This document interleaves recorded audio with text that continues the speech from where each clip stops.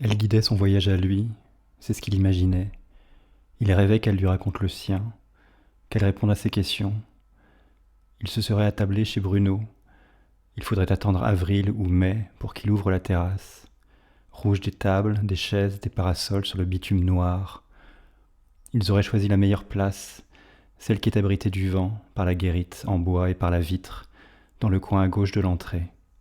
Et dans ce face-à-face pesant pour deux personnes qui se connaissent à peine, la vue sur la mer à 180 degrés, pour les yeux s'échapper si nécessaire. Tout à côté, le mouvement des vannes qui amènent les trotteurs sur la plage, le bruit des sabots amplifié par les parois métalliques, les grooms qui les attellent, les harnachent. Ils auraient commandé une bière servie dans un verre, et à la première gorgée un peu de mousse qui lui serait restée sur la lèvre supérieure. Maintenant c'est plutôt dans les poils de sa barbe, soigneusement taillée comme ça se fait maintenant, parce qu'il faut vivre avec son temps, et surtout se fondre dans le paysage lorsqu'on enquête, paraître le plus normal possible pour qu'on vous parle, qu'on ne vous claque pas la porte au nez.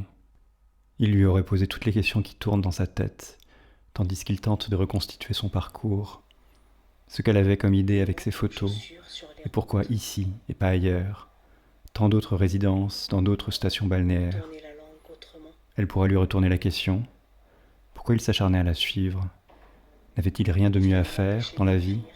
Vivre justement plutôt qu'écrire, comme elle l'écrivait si bien à la poétesse.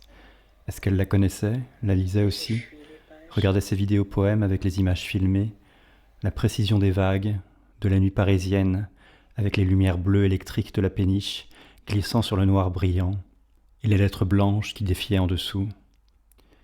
Assis à côté d'elle plutôt que face à face, parce que les petites tables carrées chez Bruno y invitent, du carré prendre des côtés qui se touchent et qui ne s'opposent pas.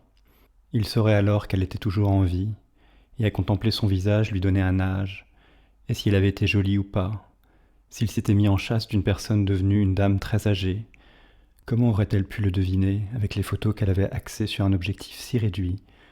Était-elle encore de ce monde ou patresse, ou errante, expulsée de la caravane où le sourd muet l'avait abritée un temps, à cause de sa mort à lui, ou de son enfermement dans un hôpital psychiatrique, à cause de la pétition qu'ils avaient mis en route, les nouveaux propriétaires de la villa, qui craignaient pour leurs enfants, avec tout ce qu'on entend de nos jours, il faut les comprendre. Et tout le monde avait suivi, vu que l'abricotier, cela ne relevait pas le niveau du quartier, et même ça faisait perdre de la valeur à toutes les maisons autour, et même aux plus modestes. Alors tous avaient signé, et les services de l'hygiène s'en étaient mêlés, et on connaît la suite. On connaît toujours la suite, même si personne n'en parle.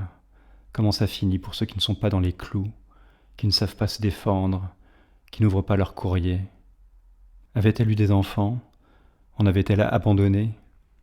Parce que sournoisement, c'est toujours à cela qu'on arrivait. Et il le savait, sans se l'avouer. C'est forcément là-dessus qu'il en viendrait à l'interroger. Si elle, qui était une femme, elle pouvait comprendre qu'on fasse cela à son enfant juste sorti de soi, le rejeter,